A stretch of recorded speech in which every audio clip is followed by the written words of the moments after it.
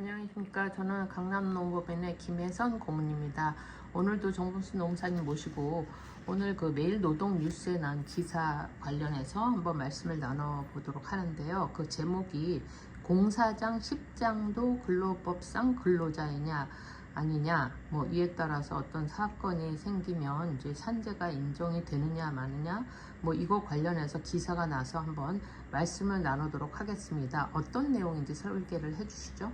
예, 안녕하십니까. 공인노무사 정봉수입니다. 예, 건설 회사 같은 경우는 다양한 하도급으로 많이 이루어져 있습니다.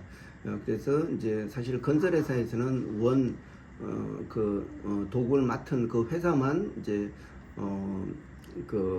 산재 보험을 들었고, 거기에 있는 모든 근로자들은 다 그 하나의 보험에, 산재 보험에 이제 적용되고 있습니다. 그런데 여기에서는 그 10장, 보통 오야지라고 하기도 하고, 10장이라고 하면은 예를 들어서 건설 회사를 하는데 어떤 개인 사업자들이 다양한 자기 사업을 수행하기 위해서 직원들을 여러 명 데려와서 일을 끝내고 이제 그 공사비하고 이제 직원 인건비 해서 이제 청구를 해서 받아가는 사람을 얘기를 합니다.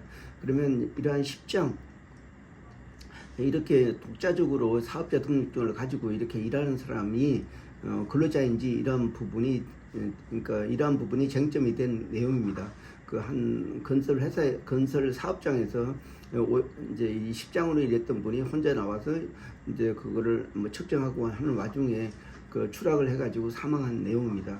그러면 사실상 이 사람은 사업자 등록증도 있고 또 직접 그 작은 업무를 그 사람을 뽑아서 와서 수행하고 그 이제 공사 대금하고 인건비를 받아가는 이런 10장이 이제 근로자인지 근로자 아닌지 여기가 쟁점이 된 내용입니다.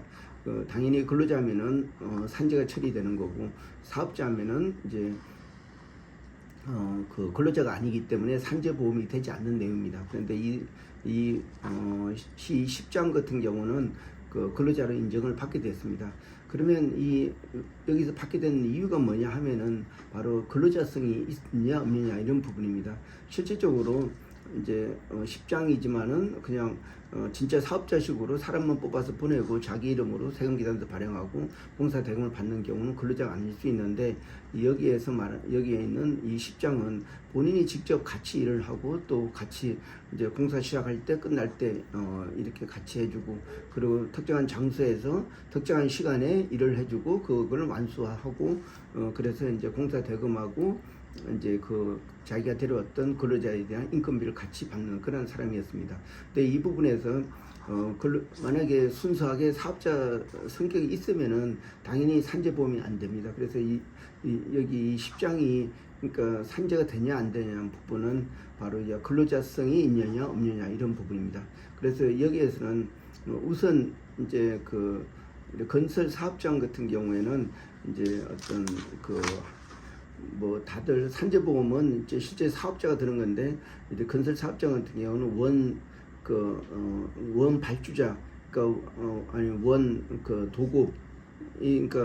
도급이 하나의 어떤 산재보험을 들고 있습니다. 다 하청은 그 보험에 포함되어 있습니다. 그러면 여기 10장 이 부분은 여기서 어떤 형태로 근로를 했는지 이 부분이 중요합니다. 하나의 사업장에서 또 그 고정된 그 받기로 한 임금을 가지고 이제 일을 했고 플러스 공사 대금까지 받은 그런 성격이면은 이제 근로자라고 할 수가 있습니다. 그래서 여기에서도 이제 1심에서는 그 근로자 아니라고 봤지만은 그 고동 부분에서는 이 10장을 근로자로 받고, 그리고 또 대법원에 상고를 하지 않아 가지고 확정된 그런 사례입니다. 그래서 10장인 경우에도 다양한 실질적으로 근무 형태를 보고 이제 판단하는데, 바로 이 사건에 관련된 이 10장 같은 경우는 실질적으로 그 자기가 데려온 이 근로자들하고 같이 일을 하고 또 그 사업주의 어떤 시간 계획을 맞춰서 일을 했기 때문에 근로자라고 판단을 했습니다. 네, 그렇군요. 이게 그 어떤 하도급 관련해서 일이 진행된 건가요, 그러면? 예, 그렇습니다. 예, 건설회사는 다양한 하도급이 되어 있습니다. 그래서 건설회사 같은 경우에는 그 근로기준법 특례 조항이 적용되고 있습니다. 그래서 실제적으로 이렇게 10장같이 사람을 뽑아서 직접 같이 노동력을 제공했지만은 여기서 임금이 체불되게 되면은 이 십장이 사용자고 또 만약 십장이 실제적으로 그 기책 사유가 그 공사 대금을 못 받아서 그렇게 됐다 하면은 그 직상수금인 해가지고 그러니까 그 십장을 이제 고용한 이렇게 건설업자도 같이 이제 사업자로서 책임을 집니다. 그래서 건설업자 같은 경우는 그 원수급인, 직상수급인 뿐만 아니고 그 원수급인 플러스 증상수급인 같이 연대 책임을 지는 그런 부분이 있습니다. 그래서 이제 여기에 이제 그 다양하게 이렇게 도급을 이루어지는 그런 사업장 같은 경우에는 실질적으로 말만 수사장이지 실질적으로 그 같이 일을 하고 하기 때문에 하나의 어떤 부서장 같은 역할을 했을 뿐이지 순수하게 근로자라고 볼 수가 있습니다. 그래서 이 사건에서도 좀 근로자 범위를 확대해서 비록 그 사업소도 있지만은 주 업무가 그 업무를 수행하고 그에 대한 대가로 임금을 받는 그런 성격이 있기 때문에 근로자라고 판단했다고 판단하고 있습니다.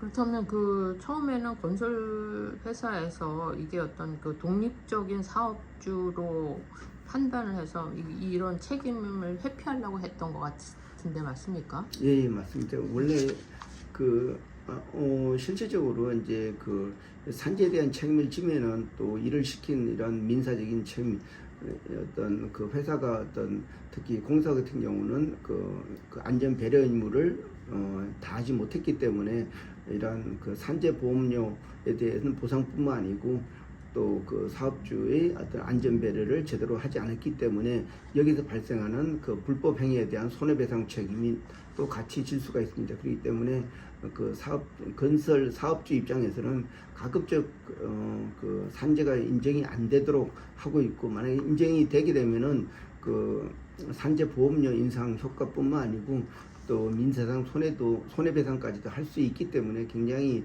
그 사업주 입장에서는 건설 사업주 입장에서는 굉장히 조심스럽게 접근하려고 하고 있습니다.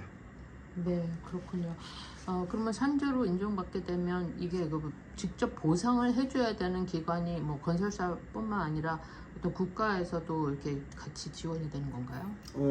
그러니까 원래 사고를 방지하기 위해서 그 산업재해보상보험법이 있습니다. 이것은 이제 1960년도 초에 원래 사업주 근로기준법에 있는 그 재해보상 제도를 그 사업주 국가가 대신해서 이제 그 어떤 그 일하다 다친 사람들을 지원하기 위한 이러한 보험 제도라는 게 산재보험인데, 이게 국가가 강행 규정으로 반드시 모든 기업이 될 수 있도록 이게 도입이 됐습니다. 그래서 실제적으로 근로자가 일하다 다쳐서 아니면 사망했을 때 이에 대한 원래 책임은 이제 사업주인데 그것을 이제 국가가 이 보험 관리를 하기 때문에 그 보험료를 받은 걸로 가지고 이런 그 관련된 그 산재 보상, 그러니까 병원비나 아니면 또 사람이 사망한 경우는 장례비, 유족 보상 이런 거를 국가가 대신 해주고 있습니다. 그런데 이제 그 산재 보상은 이렇게 금액이 정해져 있습니다. 그러니까 유족, 그러니까 사람이 사망하게 되면은 장례비하고 또 그 평일 일일치 평일임금의 1,300일에 해당되는 그 일시금이나 아니면 또 그 연금으로 이렇게 보상을 해줍니다. 그런데 이제 근로자가 나이가 어리거나 아니면 또 가실이 적거나 이렇게 할 경우에는 산재 보상 금액은 정해져 있는데 그 민사상으로 계산할 때에는 훨씬 더 많은 금액이 나옵니다. 그래서 이렇게 사업주에서는 이렇게 그 산재 보상으로 이제 그 초과하는 금액에 대해서는 이제 그 사업주가 보상을 해주게 되어 있습니다. 그래서 일반 회사들은 가입을 안 했지만 이렇게 건설 회사들 같은 경우는 그 재해보험이라고 해서 산재에서 다 지급하지 못하는 그 금액을 그 재해보상이라고 해서 민간인 보험을 이제 들고 있습니다. 그러면 이제 이런 보험을 그러니까 사고 났을 줄 예상해서 그러면 이제 민간인 보험 회사가 그 민사상 손해배상 그 방식에 따라 계산한 그 차액을, 그러니까 산재 보상에서 보상해주지 못하는 그 차액을 이제 보험회사로부터 받게 됩니다. 대부분 이렇게 보통 근로자 재해보험 해가지고 이제 건재보험 아니면 그 재해보험 이렇게 명칭을 가지고 이제 드는 추가 보험이 있습니다. 건설회사들은 워낙 사고 많기 때문에 이런 건재보험을 별도로 들어서 이제 관리를 하고 있습니다. 네, 그렇군요. 오늘 말씀 감사합니다. 예, 고맙습니다. 혹시 이런 산재 발생하게 되면은 저희 강남노부이 찾아주시면은 제가 성심껏 상의 드리고 필요하면 저희가 대리로서 적절히 문제 해결을 해드리도록 하겠습니다. 예, 고맙습니다.